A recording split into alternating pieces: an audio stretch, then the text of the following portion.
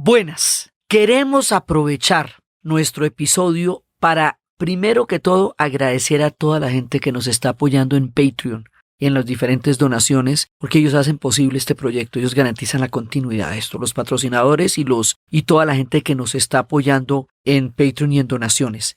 Queremos agradecer a todas las personas que nos escriben en redes sociales, que están permanentemente pendientes, que nos comentan, que nos cuentan. Queremos agradecer a la comunidad que está con nosotros, que nos apoya y que nos hace uno de los podcasts más reconocidos en este momento. A toda esta gente tan bacana, que nos está botando tan buena onda, que nos está impulsando a seguir adelante y a seguirles contando historias. Muchas gracias.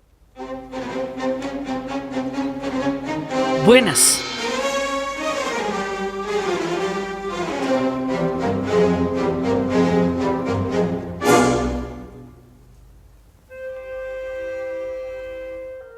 Hoy vamos a empezar, como les había anunciado cuando terminamos nuestro viaje de Turquía y de Chipre, un viaje por la otra parte de esa historia. Y la otra parte de esa historia es el Imperio Austrohúngaro. Si nosotros juntamos y ensamblamos las piezas de estas crónicas de viaje y ensamblamos lo que son los Balcanes, que están siempre metidos entre dos imperios, el austrohúngaro y el otomano, y miramos todo lo que significó el Imperio Otomano en el Asia y lo que implicó en Europa, y miramos el Imperio Austrohúngaro, entre esos dos imperios se fragua una buena parte del destino de Europa. Y es ahí donde se incuban los grandes conflictos y también los grandes momentos históricos entre todos esos puntos de encuentro y de desencuentro. Entonces, este viaje es un viaje muy variado porque es un viaje que tiene esplendores, una música divina, tiene unos monumentos, unos palacios, unas calles, o sea, es particularmente vistoso, fastuoso, monumental, hermoso completamente desde todo punto de vista y también lleno de dolor y también lleno de esplendor, también lleno de lucidez, de grandes autores. Digamos, tiene de todo como en botica. Y todo es extremo. Entonces la fastuosidad es despampanante, el dolor es insoportable, el arte es maravilloso a niveles increíbles, porque de aquí vienen una gran cantidad de artistas que han moldeado Occidente. Entonces tiene de todo como en botica. Es la tercera vez que yo voy a este viaje. Este viaje lo llamamos el Imperio Austrohúngaro. También lo podemos llamar Europa del Este, porque dentro de todo el Imperio Austrohúngaro vamos a viajar por la parte que después correspondería en el siglo XX a Europa del Este. El Imperio Austrohúngaro es mucho más, es grande, pero digamos esto es un viaje por una buena parte del imperio. Pues este es un viaje que nos va a llevar por Polonia, nos va a llevar por Hungría, nos va a llevar por Eslovaquia, nos va a llevar por Austria, nos va a llevar por Chequia. O sea, donde vamos a visitar Praga, son esos países y los vamos a recorrer en bus y los vamos a recorrer desde Frankfurt, siempre llegamos Bogotá a Frankfurt y de Frankfurt entonces vamos a Varsovia, normalmente yo llego antes y después llegará el grupo, entonces yo llego a Varsovia, conozco a la guía, siempre digamos como esa es la rutina, ¿no? O sea, yo llego, estoy 2 o 3 días sola, conozco al guía, o a la guía, en este caso Margarita, una persona especialísima, maravillosa, polaca, cuyos ojos nos permitieron ver esta maravilla. Fue particularmente especial ella en todo nuestro recorrido. Normalmente hay una guía que recorre con nosotros los 5 países. Y en cada uno de los lugares van apareciendo guías locales que nos hacen la visita del día o del momento en el que vamos a transcurrir en las zonas. Pero hay una que es la que nos echa todo el rollo de principio a fin. Entonces por eso siempre hablo de ellos, porque ellos son mis ojos de sus países y de su vida, y la relación y el encuentro con ellos siempre es un enriquecimiento para mí. Entonces nosotros nos vamos a encontrar con Margarita ahí y ella nos va a contar toda la historia.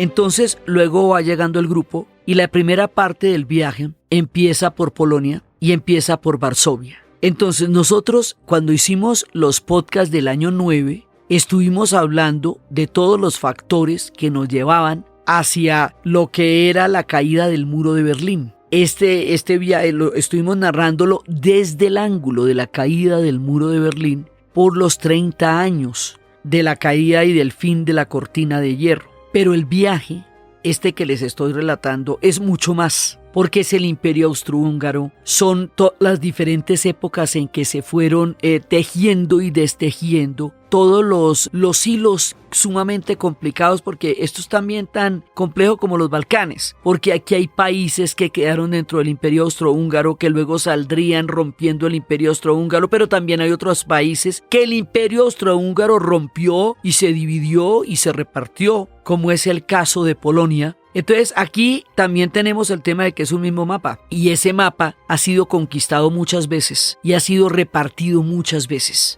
Entonces quedan enclaves, quedan una cantidad de pueblos, quedan una cantidad de historias que nunca terminaron de rematarse bien, que llevaron a 2 guerras mundiales, que llevaron a toda clase de cosas en este territorio. El Imperio Austrohúngaro como tal llegó a tener 50 millones de personas, llegó a tener más de 500.000 kilómetros cuadrados, llegó a comprender una gran cantidad de países y es casi toda Europa, mejor dicho, toda Europa que no es Inglaterra, Francia, estaba comprometida con el Imperio Austrohúngaro, porque Alemania también, Tirol fue parte del Imperio Austrohúngaro, Italia también, el norte fue parte del Imperio Austrohúngaro, Yugoslavia también, Dalmacia fue parte del Imperio Austrohúngaro, también Eslovenia, como estuvimos viendo, y Croacia. O sea, casi todo el centro y el este de Europa formó en algún momento parte del Imperio Austrohúngaro, y ese imperio duró 600 años y fue la dinastía de los Habsburgo. Y al final, ya en los últimos 2 siglos y particularmente en el siglo XIX, se hace un trato con los húngaros que lo va a llamar el compromiso. Y ese compromiso es el que le da el águila bicéfala, la doble cabeza, la cabeza austriaca y la cabeza húngara, que es lo que va a existir hasta el momento en que se disuelve en la Primera Guerra Mundial. Es el que la causa, ¿no? Ellos fueron los que hicieron la Primera Guerra Mundial, lo que pasa es que pasaron un poquito de agache, pero ellos la hicieron. Y fue por ellos que estalló todo esto. Entonces, pues el Imperio Austrohúngaro tiene personajes que vamos a ver en su momento como Francisco José, como Sisi Emperatriz, que aquí la tenemos entre nuestros muñequitos. Está Sisi Emperatriz, que es como el ícono más grande. Entonces, aquí digamos que desde el punto de vista del Imperio Austrohúngaro, el relato tiene su centro en Viena. Es decir, cuando uno llega a Viena, ahí está el corazón del Imperio Austrohúngaro. Pero desde el punto de vista de la historia de cada país en particular, eso es una parte de su historia. Por ejemplo, Praga fue en una época bohemia, en una época fue corazón del Imperio Austrohúngaro. Entonces para ellos es un tiempo de todas maneras muy esplendoroso. Hungría fue el águila bicéfala, la otra parte del Imperio Austrohúngaro, pero en cambio Polonia fue repartida miserablemente entre Austria, Prusia y Rusia y dejó de existir durante 150 años, cuando estaba María Teresa en Austria, cuando estaba Catalina en Rusia y cuando se estaba formando, digamos, todo ese poderío prusiano, se forma también en el corazón del Imperio Austrohúngaro. Entonces a Polonia la borran del mapa, simplemente la borran del mapa. Polonia, que había tenido las dinastías de los Piast y los Jagiellón, y que había tenido muchos esplendores, porque uno con Polonia le pasa que la identifica es con la Segunda Guerra Mundial, con el gueto de Varsovia, y la identifica con el Holocausto y la identifica con el levantamiento, porque fue como la parte que ocupó los mayores titulares del mundo por el horror y la barbaridad de lo que pasó ahí, porque es en Polonia donde queda Auschwitz. Ya nos tocará todo esto en el camino. Pero resulta que Polonia es muchísimo más que eso. Hacia el siglo XV-XVI, Polonia fue un reino súper floreciente, súper recontrafloreciente, y en una época fue un doble ducado con Lituania, el ducado de Polonia y Lituania. Polonia tuvo una de las primeras universidades de Europa, que fue la Universidad de Cracovia, y de la Universidad de Cracovia se fue graduando, como para que les quede el ojito claro, Copérnico. Copérnico es polaco. Y uno se lo va a encontrar, se va a encontrar a Copérnico por allá. Y entonces ellos fueron esplendorosos, ellos fueron un reino muy grande, muy importante, un reino lleno digamos, de arte, de música. Ellos le dieron la bienvenida a los judíos. Y los judíos estuvieron en Polonia durante 700 años. Es más, los judíos dicen, mire, nosotros estuvimos en Polonia 700 años, el holocausto fue cuando nos sacaron, pero eso fue solamente en el momento en que nos sacaron. Todo el tiempo que estuvimos allá, fuimos parte de la cultura polaca. Entonces, ¿por qué estuvieron allá? Porque es que resulta que cuando los judíos van a ser expulsados del templo de Jerusalén, van a huir hacia Europa y hay unos que se van a hacer al este del Rin, que van a ser los judíos ashkenazis, y hay otros que se van para España, que en aquella época se llamaba Sefarat. Entonces, los que se van para el este del Rin van a ocupar esta buena parte de lo que va a ser lo que llamamos la Europa Oriental o la Europa del Este o parte del Imperio Austrohúngaro según la época en la que estemos hablando de eso, además, porque cada una de estas designaciones tiene un contexto histórico en el cual se llama como se llama. Porque quedan al este de qué, pues cuando la otra se proclama que es el oeste de Europa y que es como la esquina del movimiento. O sea, cada una de estas denominaciones tiene una particularidad histórica por la cual se llama así. Entonces resulta que, según el tiempo en que estemos, cada uno de estos países se va a llamar de una manera o de otra. Antes de entrar en toda esta época del Imperio Austrohúngaro, Polonia tuvo sus días de esplendor. Por la época de 1410, tuvo una unión con Moldavia, Valaquia y Besarabia, y Polonia a finales del siglo XIV ocupaba un estado que iba desde el Mar Negro hasta el Báltico. Entonces por eso es también Báltica. Y fue cuando tuvo a Casimiro, que fue su rey así tremendo, y Polonia después se va a anexionar a Pomerania y a Gdańsk y empieza un desarrollo impresionante y se vuelven parte de toda la ruta báltica y luego van a tener en el siglo XV el siglo de oro, que es el siglo en que tienen una gran cantidad de influencia de las culturas de Italia y de España. Y es cuando la Universidad de Cracovia se vuelve en el foco más grande del humanismo literario y científico. Y ellos van a ser el corazón de una gran cantidad de culturas europeas. Entonces, no es que ellos queden al este propiamente, ellos tienen una historia que está muchísimo más ligada a la formación de la Europa occidental. Esa denominación va a ser en el siglo XX cuando se hagan el reparto en las guerras mundiales pero ellos eran la esquina del movimiento y cuando ellos eran la esquina del movimiento van a recibir con muchísima amplitud a la comunidad judía ashkenazi. Así la comunidad judía ashkenazi se va a situar una gran cantidad de ellos en Polonia, otra cantidad importante en Hungría y en Praga y en Chequia. O sea, hoy la llamamos Chequia, la llamamos durante el siglo XX hasta los 90 Checoslovaquia, así. También fue Bohemia en la época del imperio. Cada uno de estos pueblos fueron otros pueblos o fueron otras partes según las épocas históricas. Entonces, cuando uno está haciendo este viaje, todo eso lo ve.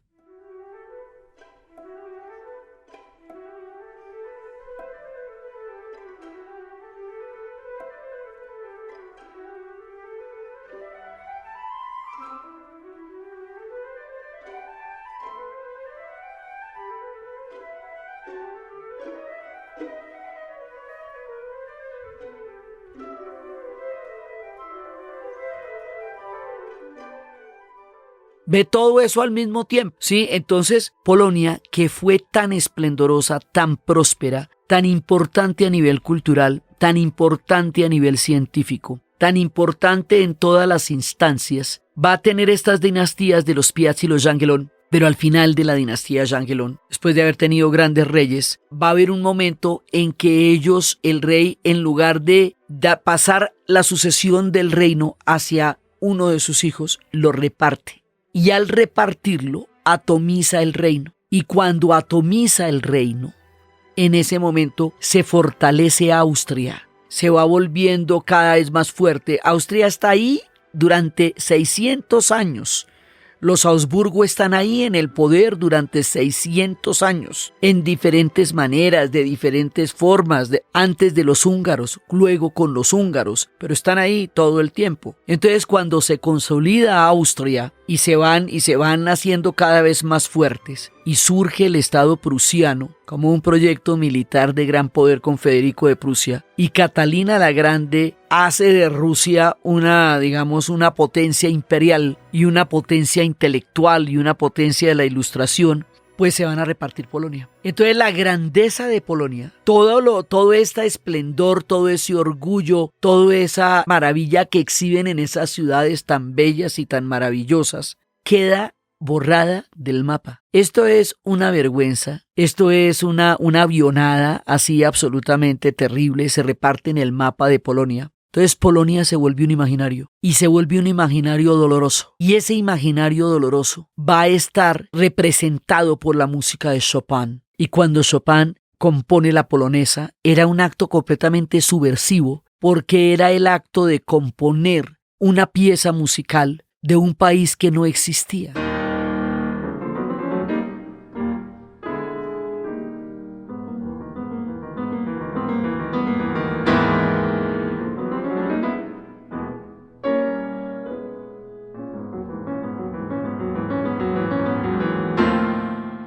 O sea, era estarle diciendo, recordando el crimen de la repartición de Polonia. Entonces, ellos van a existir en un estado mental, porque durante 150 años se los van a repartir los imperios. Ese estado mental se compone de la música de Chopin y se compone también de un icono que es muy, muy, muy importante, que es la Virgen de Czestochowa, porque la Virgen de Czestochowa los acompañó desde siempre en todas las condiciones y hasta tiene una historia de que la iban a llevar para otro lado, de que se quedó allá, de que hubo una tormenta, esas historias que son comunes dentro de los diferentes iconos de los pueblos. Y resulta que la Virgen de Czestochowa es la que no les ha fallado y es importantísimo entender en Polonia que de aquí en adelante todos los esquemas humanos, todas las ideologías, todas las potencias, todas las reparticiones, todo el mundo le ha fallado a los polacos. Y como todo el mundo les ha mentido, les ha fallado o le apostaron a los que perdieron,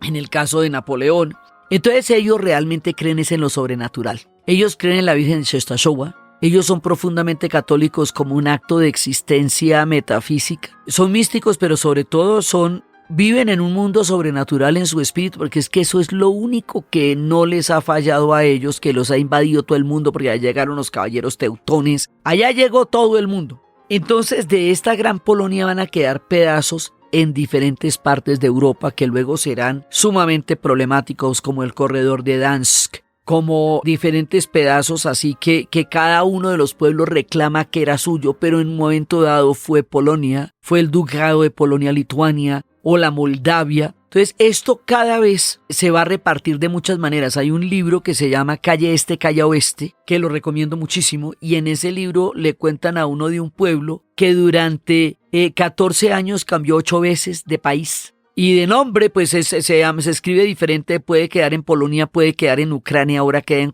Ucrania, pero antes queda en Polonia, que se llama Lviv, y donde se forjó la doctrina de lo que es el concepto de crímenes contra la humanidad, por lo que pasó allá durante la época del nazismo. Entonces cada uno de estos pueblos va a quedar repartido de muchas maneras en diferentes momentos de la historia, pero lo de Polonia sí fue el horror de los horrores. Entonces ellos se agarran a un estado mental mientras puedan llegar a ser. Y para ese tiempo ellos ya habían conocido muchos esplendores, ellos ya habían conocido prosperidades, ellos tenían estos salones de la música, ellos tenían una cultura muy ya arraigada, muy elaborada, una cultura poderosa y maravillosa que les da un sentido de identidad histórica muy profundo y que les dio un sentido de resistencia durante todos los años en que no fueron Estado nacional. Entonces todos los países que vamos a ver, su pertenencia al Imperio Austrohúngaro es diferente, porque es distinto haber sido el corazón del imperio como Bohemia, o ser la otra cabeza como Hungría, o ser el imperio mismo como Austria, que haber sido repartido y haber sido un pedazo del imperio como Polonia. Entonces ellos tienen una relación muy diferente con esa herencia y mucho menos chévere porque es parte de su martirio histórico como pueblo.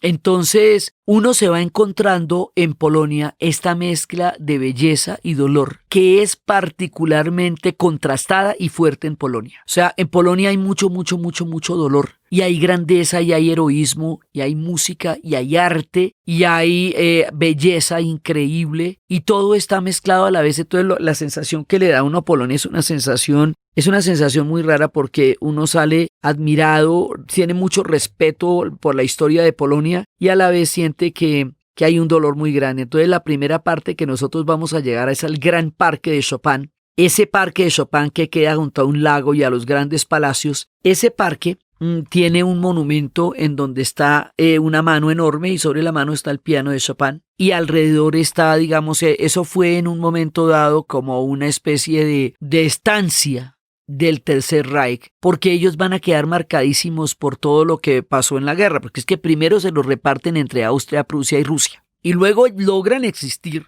Cuando se acaba este imperio, el austrohúngaro, ¿sí? Cuando se acaba este imperio, entonces es que logra existir Polonia. Y es que todos los demás países por donde vamos a andar se vuelven estados nacionales, porque antes eran parte del imperio austrohúngaro y en el caso de Polonia, entre otros. Y entonces resulta que ahí surge Polonia y Polonia queda toda bonita durante la década de los 20 y luego antecitos de la Segunda Guerra Mundial, primero se la reparten entre Stalin y Hitler en el pacto de no agresión, en donde Hitler necesitaba tener la anuencia de Stalin para poder invadir Polonia. Entonces está repartida antes de la guerra. Y después de la guerra vuelven y se la reparten. Teniendo ya un gobierno en el exilio en Londres, se la vuelven a repartir y Churchill le da la autorización a Stalin para que se tome Polonia y entonces queda repartida. Entonces para Polonia, eso lo habíamos dicho también cuando estábamos en el año 9, para estos pueblos la Segunda Guerra Mundial en realidad no terminó sino hasta el año 9,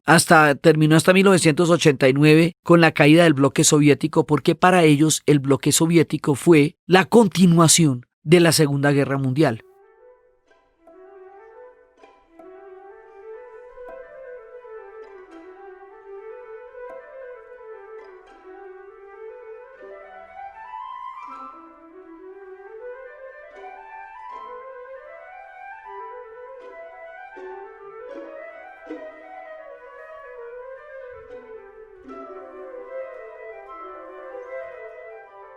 Entonces ellos solamente vienen a ser libres desde 1989 para ahora, para acá. Y eso los lleva a una cantidad de vaivenes entre un fuerte sentido nacionalista que no siempre los lleve al pluralismo o a la democracia, que es lo que en este momento está pasando, o un sentido europeo de entrar en un contacto con un mundo del que estuvieron durante tanto tiempo aislados. Son, digamos, como dos Polonias, una Polonia, digamos, cosmopolita que extraña la cantidad de pueblos que la compusieron, su diversidad cultural, su riqueza, y otra Polonia ultranacionalista que se aferra a este legado y que en estas épocas tan raras en las que estamos viviendo están como más en una tendencia hacia este nacionalismo extremo. Es difícil predecir lo que vivimos ahora, pero digamos esos son como las fuerzas que recorren a Polonia. Entonces uno va caminando por Polonia, digamos ya como en este marco general. Entonces va uno caminando por Varsovia y resulta que Varsovia tiene pues la historia más dolorosa de todas, porque Varsovia era una capital brillante, espléndida, maravillosa,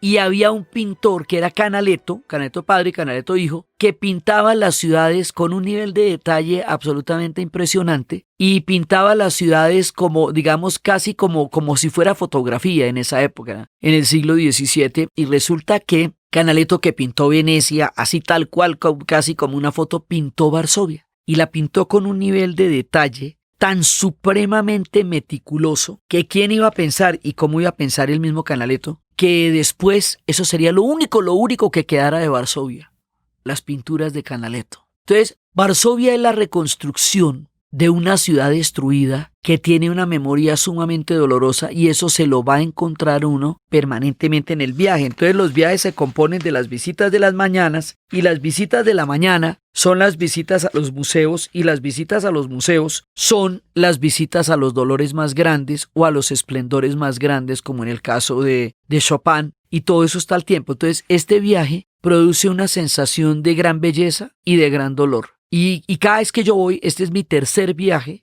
a Europa del Este y este es el más reciente de los viajes que he hecho. Este viaje lo hicimos en octubre del 2019, 4 o 5 meses antes de que el mundo se cerrara. Entonces, pues para mí es un recuerdo totalmente vívido porque pues es que pasó hace nada y el mundo era un mundo totalmente cosmopolita y abierto. parece en este momento como si hubiera sido en otro planeta, pero fue hace solamente unos pocos meses, antes de que todo esto tan indescifrable esté pasando. Entonces, pues no es el último viaje que les voy a contar porque lo que quedan son viajes, sino el más reciente que he hecho.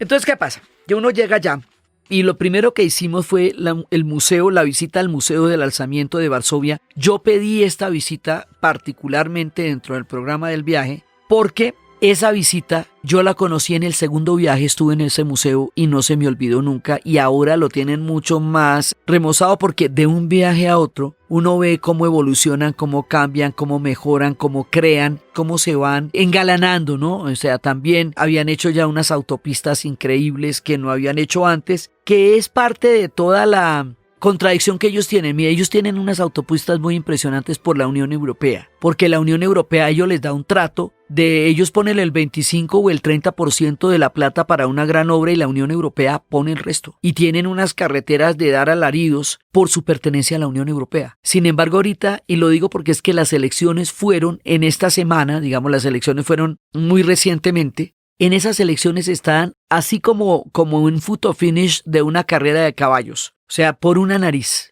Un proyecto abierto que reconoce la importancia de la separación de poderes, de la pertenencia a Europa, de estar juntos en el barco de estos tiempos inciertos. O un poder ultranacionalista que se aísla en un pasado intolerante, que no admite la diversidad, que es euroescéptico. Hablamos de euroescépticos los que no quieren o no creen en el rumbo de la Unión Europea para su propio país, o europeístas los que sí creen en la Unión Europea. Entonces, dos proyectos totalmente contradictorios. El uno hacia el ultranacionalismo y el otro hacia la apertura de una Polonia dentro de Europa. Y además el uno que está tratando de eliminar la separación de poderes y tratar de cooptar las cortes y que tiene niveles incluso de censura que preocupaban mucho a la gente. Y el otro que trataba de preservar el Estado de Derecho. El proyecto ultranacionalista ganó en las elecciones que acaban de hacer ahorita en julio, ganó por menos del 2%. Por menos del 2%. Entonces imagínese un país que está en ese filo, en donde dos proyectos absolutamente antagónicos se definieron por un photo finish, por una carrera de caballos, por una nariz, por una cabeza. Entonces, pero los ángulos son muy distintos. Una amiga que es alpinista dice que cuando uno está en un ángulo, aparentemente los dos ángulos están en un mismo lugar, pero salen para lugares completamente diferentes. Entonces, si uno se equivoca, puede terminar al otro lado de la montaña de pa' donde iba. Entonces, por un photo finish, por un pedacito nomás, ganó el proyecto ultranacionalista por un menos del 2%. Entonces, ¿eso qué significa en términos de rumbos? Pues se tiene que negociar, porque es mitad y mitad de país el que está creyendo en un proyecto y otro en el otro, y los proyectos son casi que incompatibles. Entonces, les cuento todo eso porque las elecciones tienen todos estos rezagos del pasado polaco, de este nacionalismo que es la fácil porque siempre se puede apelar a él porque es una fuerza histórica muy poderosa en Polonia, o de la posibilidad de que se abran al mundo europeo de la mano de los europeos para lo que viene, que no sabemos tampoco qué es lo que viene. Entonces resulta que uno va al Museo de la Insurrección Polaca. Hay que aclarar dos cosas. Una cosa es la rebelión del gueto de Varsovia, que es la rebelión que hace la comunidad judía que estaba confinada en el gueto, que es de la que vamos a hablar con el pianista. Y otra cosa es la rebelión de Varsovia. La rebelión de Varsovia es la rebelión de la ciudad de Varsovia. Esa es una rebelión polaca.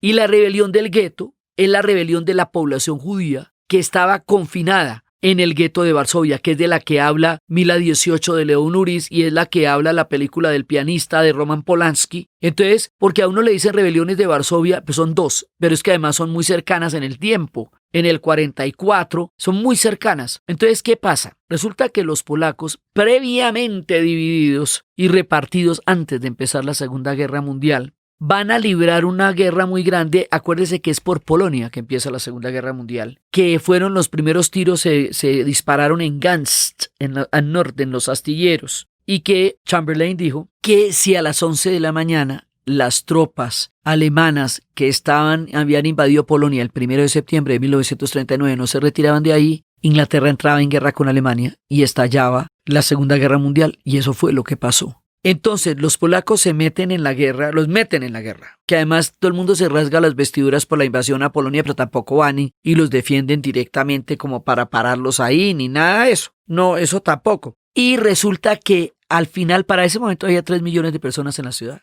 Al final, para 1944, ya quedan 900,000 y al final van a sobrevivir 100. O sea, esto fue el horror de los horrores. Y resulta que ellos en 1944 van a hacer una rebelión.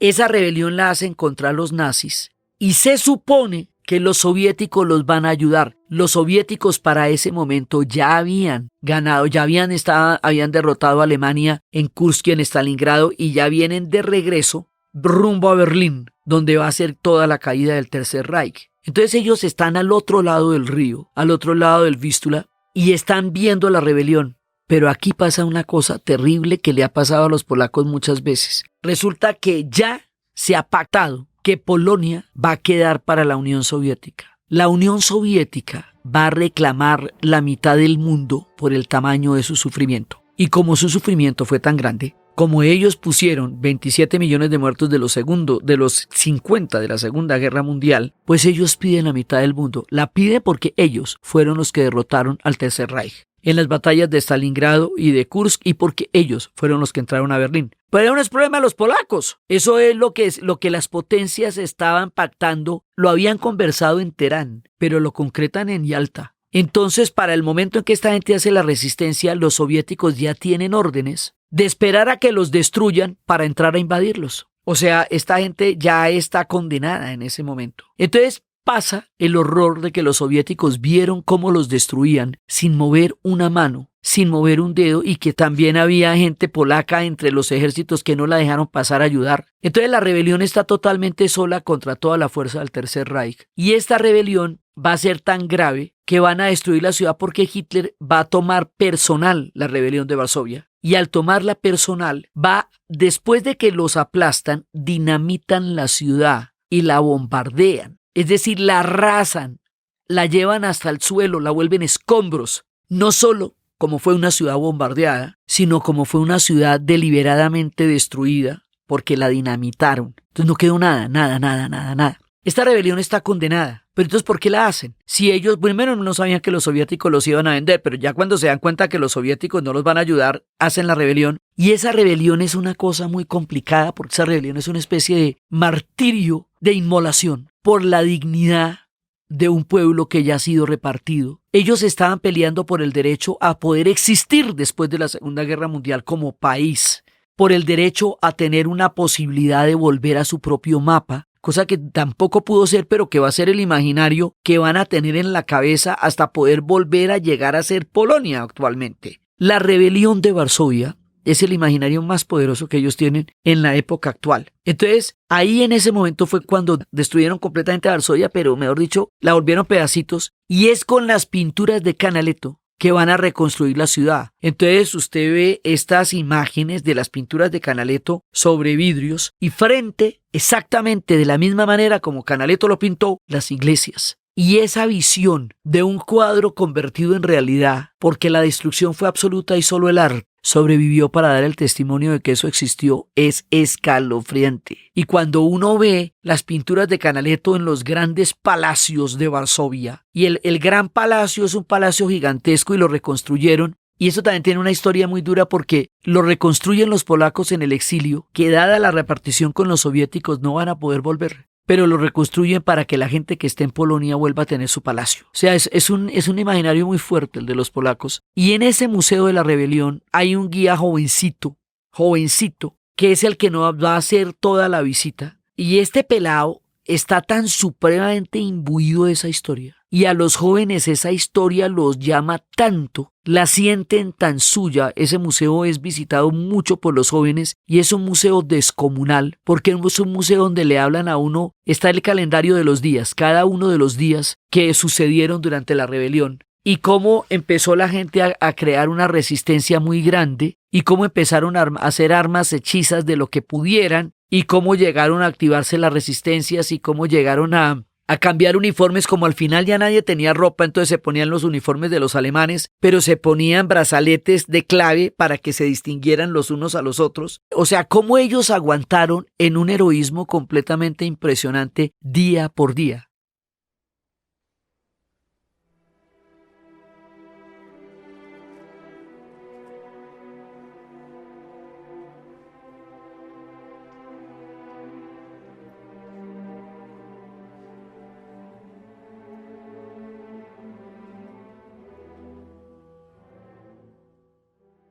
Entonces, en cada una de las salas están los días de la rebelión. En cada una de las salas están los aviones. Hubo una sola vez que los ayudaron remotamente, un par de aviones que ahí los tienen, pero realmente el mundo los dejó morir. Los dejó morir. Hemos visto en estos relatos pueblos abandonados, ¿no? Como los kurdos. Los polacos también son un pueblo abandonado, en la medida en que cuando tuvieron las horas más oscuras, realmente no los apoyaron. Sí, entonces los dejaron ahí y ellos quedan de nuevo repartidos. Entonces, este Museo de la Rebelión es un museo impactante, poderoso, tremendo, monumental, grande, fuerte, doloroso, heroico. Y este pelado, con ese nivel de, digamos, de fervor y de empoderamiento de una historia tan dolorosa. Y al final, cuando termina uno todo el recorrido del museo, que es una mañana completa, no quedó nada.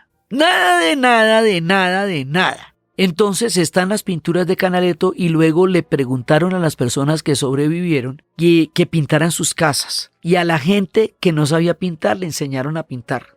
Y al pintar sus casas, sobre los dibujos, reconstruyeron las casas. Entonces es una ciudad reconstruida sobre el imaginario de quien la habitó, de las pinturas de Canaletto y de lo que las personas tenían en ese momento en su recuerdo. Entonces es una ciudad que surge de las sombras, del recuerdo del pasado, de los trazos de los lápices o los óleos, de los pintores, de los habitantes y de Canaletto. No hay una cosa así. La sensación que produce ver tridimensionalmente una ciudad ahí, que sale de los sueños de un recuerdo de una gran destrucción. Es una sensación impactante y es bonita Varsovia, divina, con su columna gigantesca, con esa arquitectura maravillosa. Entonces ella es muy bonita y uno va caminando por esa Varsovia tan linda, tan clásica. Claro, es clásica porque es como reconstruida del siglo XVII. Entonces está como era en el siglo XVII. Ni siquiera está como es, sino como era. Y claro, hay una parte moderna de Varsovia con todas las tiendas y los cafecitos y las galerías y una ciudad muy vital, una ciudad con una gran vida nocturna, con una iluminación bellísima, con su tremendo estatua de Copérnico, porque es que ellos tienen gente chévere entre sus historias. Y entonces resulta que uno va caminando por la Varsovia toda bonita, toda chévere y todo, y sus parques y sus lagos y todo, ella hermosa. Y en pronto empieza a ver placas y flores. Y donde hay placas y flores hubo ejecuciones en masa. Entonces vuelve una vez y se le congela otra vez la sonrisa, ¿ve? ¿Por qué? Porque es que la rebelión implicó que hubiera asesinatos en masa en la mitad de la calle por calle, mientras los nazis destruían a Varsovia en una venganza infinita. Entonces por toda la ciudad según los barrios, hubo resistencias y la manera como ellos vencían las resistencias era hacer ejecuciones en masa. Y hubo barrios en particular que fueron los barrios que fueron el objeto del levantamiento, digamos, los que se levantaron, que es lo que le dicen a uno, tal barrio que queda en tal parte, ese fue el del levantamiento, los que estaban allí de allá murieron tantos. Toda esta gente tiene el número de personas que fueron ejecutadas, los lugares donde fueron ejecutadas, dónde se dio la ejecución en masa. Y ahí en la placa le dicen a uno cuánta gente mataron ahí. Y están las flores. Y eso está por toda la ciudad. Entonces, cuando uno termina, se da cuenta que la ciudad la pulverizaron y hay un monumento que es el monumento al pequeño soldado, que es el monumento de un soldadito que tiene un uniforme de adulto y que tiene un arma, el niño soldado defendiendo Varsovia, y esto es absolutamente desgarrador. Y entonces, pues todo eso le pasa a uno y está el ancla que dice Polska luchando. O sea, es un ancla con una P, que era para decirle a la gente que podía dormir tranquila porque la resistencia polaca estaba luchando permanentemente por liberarlos de los nazis, porque esa ciudad no colaboró.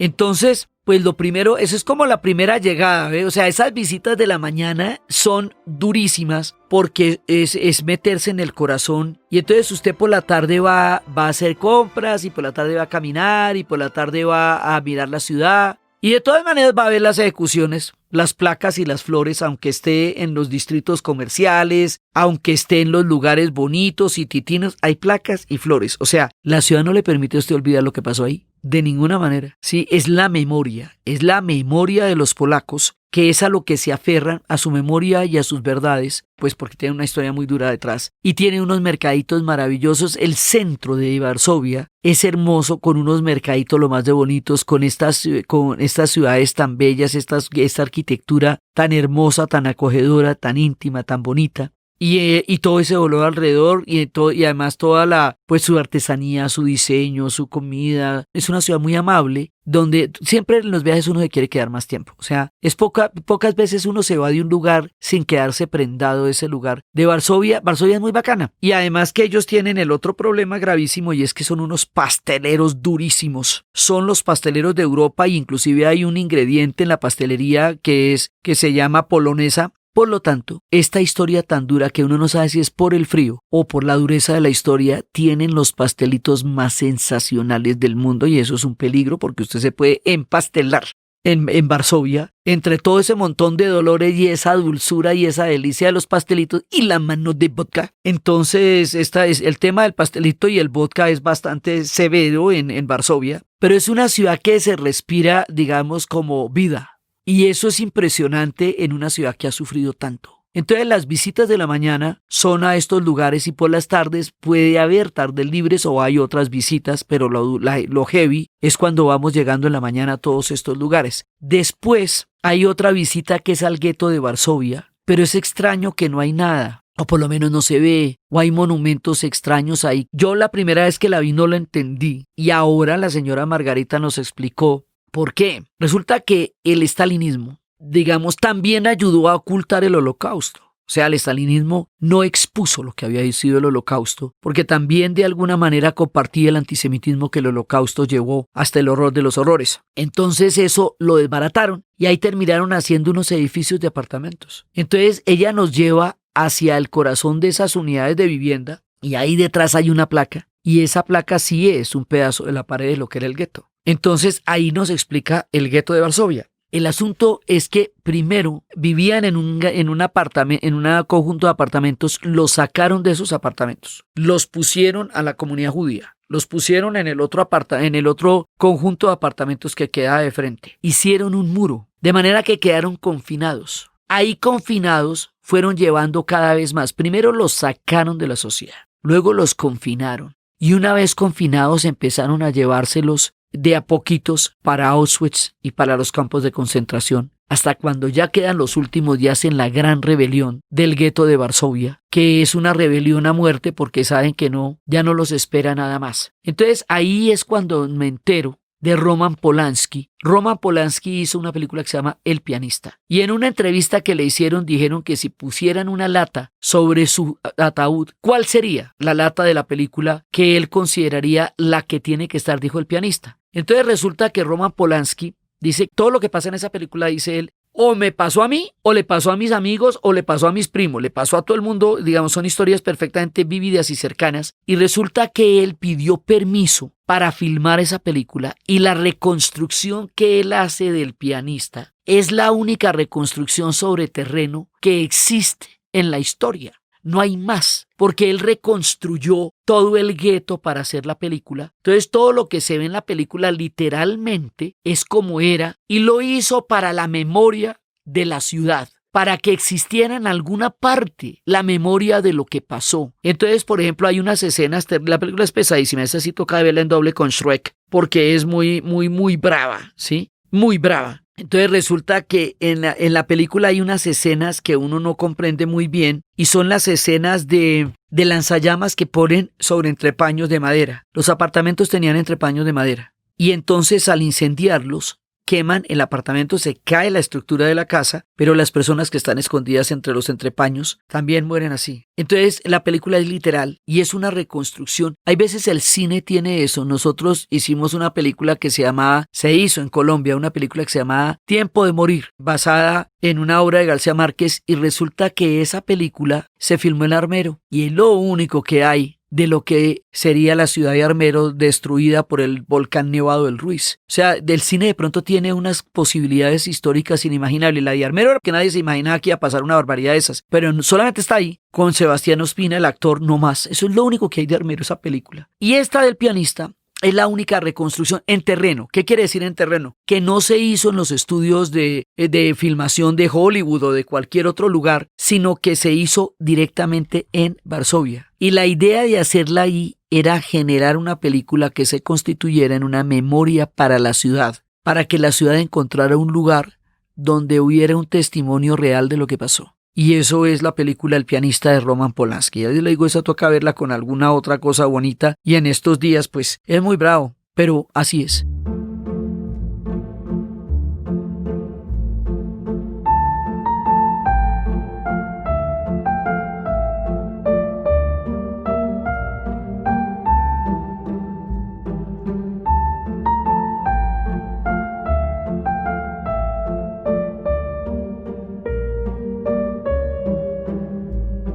Entonces uno va pasando por ahí, después va pasando por todas esas calles y va viendo todo lo que va a pasar. Entonces después del día de la rebelión, en la noche tuvimos un concierto de Chopin. Y esa noche del concierto de Chopin, eso es muy bello porque ese concierto, Chopin no gustaba de los grandes auditorios. Chopin gustaba de las presentaciones íntimas, pequeñas, de una cercanía con el auditorio.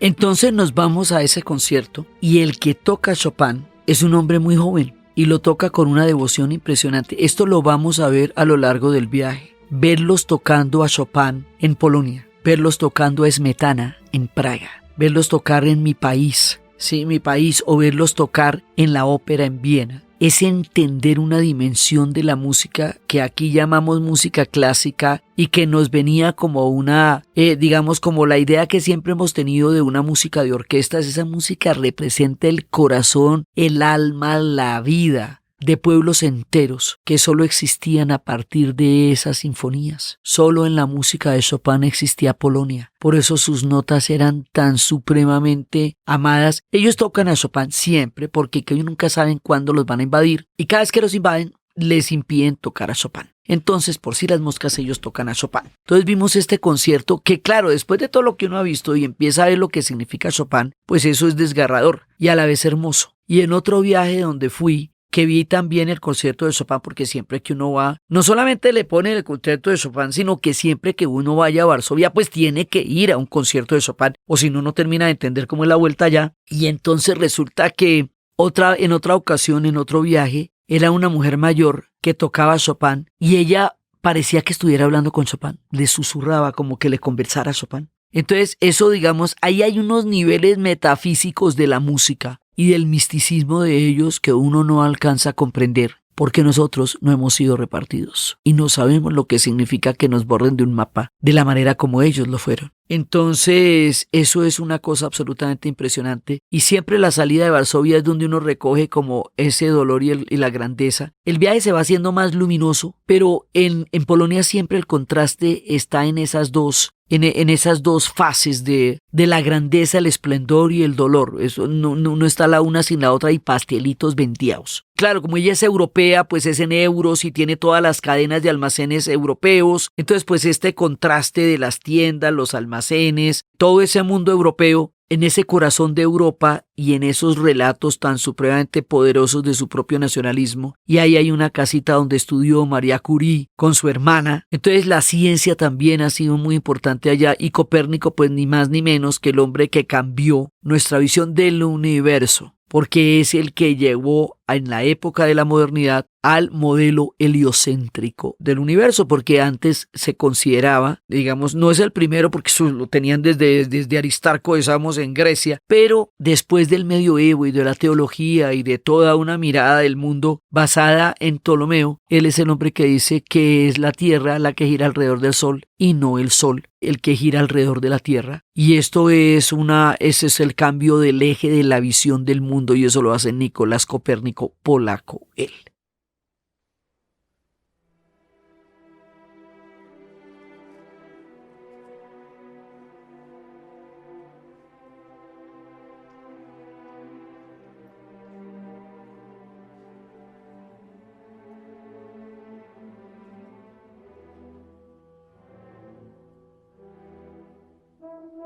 Todo eso le pasa a uno en Varsovia. Oiga, y estamos empezando el viaje apenas. ¿Cómo le parece? Entonces, bueno, pues si nos vamos a gastar, no sé, porque este es un viaje complejo. Apenas estamos en Varsovia y nos falta irnos para Cracovia, que tiene lo suyo. Sí, que es una belleza absolutamente impresionante, pero ella es intacta en el tiempo. Después nos vamos para Cracovia. Cracovia queda Auschwitz. Una parte del grupo va, yo nunca volveré. Yo fui una sola vez y no quiero volver. Pero pues sí, les cuento un poco la historia de cuando uno pasa por allá. Y después vamos a terminar en Zakopane, que es un pequeño lugar en las montañas bellísimo. Así muy hermoso, donde uno entiende cosas simbólicas del universo de los polacos muy importantes. Y también había una iglesia muy importante en Varsovia, que fue donde Juan Pablo II dio la misa, donde activó toda la resistencia polaca, que haría que ellos fueran el comienzo del proceso que terminaría con la dominación soviética en Europa del Este. Y ahí, en esa iglesia, yo vi una exposición de solidaridad con Siria,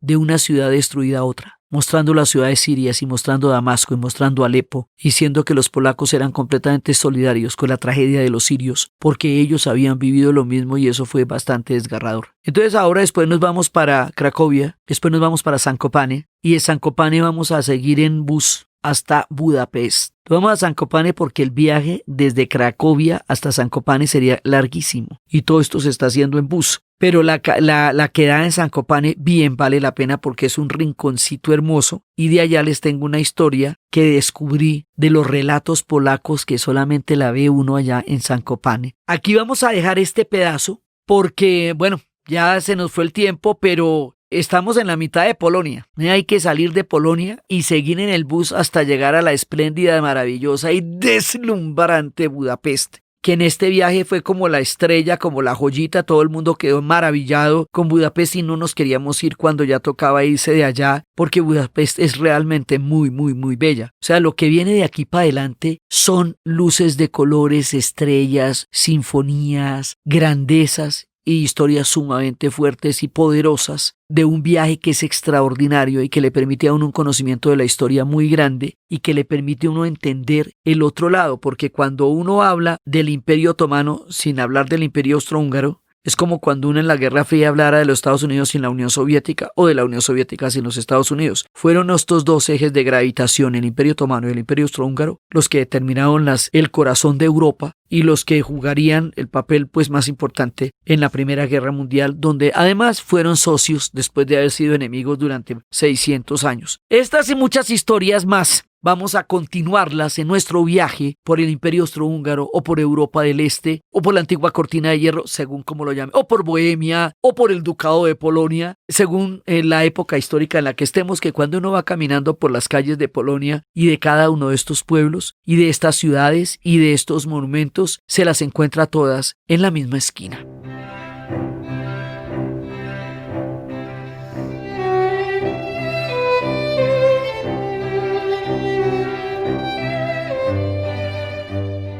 Entonces, desde los espacios del imaginario de los polacos, de sus esplendores, de sus tiempos del Gran Ducado, de la repartición del mapa de Polonia en el dolor increíble de haber sido rotos entre tres imperios cuando ellos se atomizaron, desde la memoria histórica, desde Chopin y el significado de Chopin como todo lo que hace posible que ellos sigan existiendo, desde la rebelión de Varsovia y desde la rebelión del gueto y desde la belleza de una ciudad reconstruida en las pinturas de Canaletto y en la memoria de la gente, con toda su miseria, su dolor, su belleza y su imponente mirada sobre la historia, siendo testigo de lo que ningún otro pueblo ha vivido, en la narración de Ana Uribe. Y para ustedes feliz día, cualquier día que se sea.